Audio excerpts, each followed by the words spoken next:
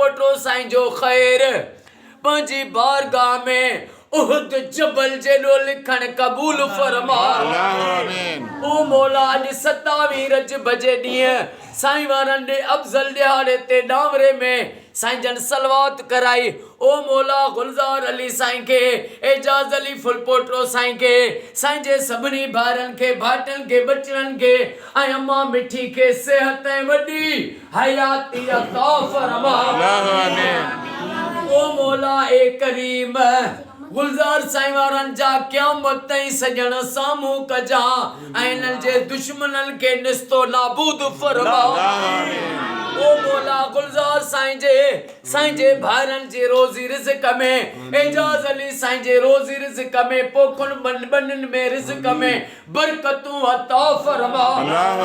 साईं अली साईं बादशाह जिलानी साईं के, नबी साईं अली साईं जे सदके गैबी ज़ाहिरी गंज अता फरमा। फैज़ मोहम्मद फुलपोटो साईं बाबा के सेहत ऐं वॾी हयाती अता फरमा।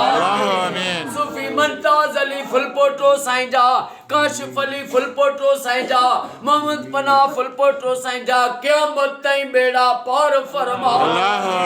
मौला जेके भी फुलपोटा हिन दुआ में वेठा आहिनि, चादर ज़ैनब जो वास्तो थिए सभिनी खे ज़ाहिरी गैबी गंज अता फरमा।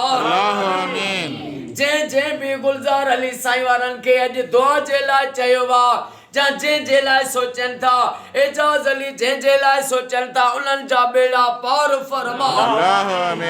ओ मौला जुमिले सां सभिनी जा बेड़ा पार फरमा।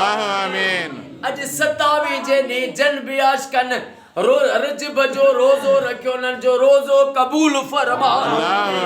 मौला जेके बीमार आहिनि उन्हनि खे शफ़ा अता फरमा। बे औलादनि खे औलाद अता फरमा। बेरोज़गारनि खे रोज़ी अता फरमा। सॼी सिंध में, सॼे पाकिस्तान में, सऊदी में, ईरान, इराक, शाम में, फ़लस्तीन, मिस्र में घर घर में लख सलवातूं थियनि, इहा दुआ क़बूल फरमा। असां सभिनी जे दिलनि जूं जाज़ तमन्नाऊं पूरियूं फरमा। ओ मौला महबूब जी उम्मत खे फ़िरके वारिद खां बचा।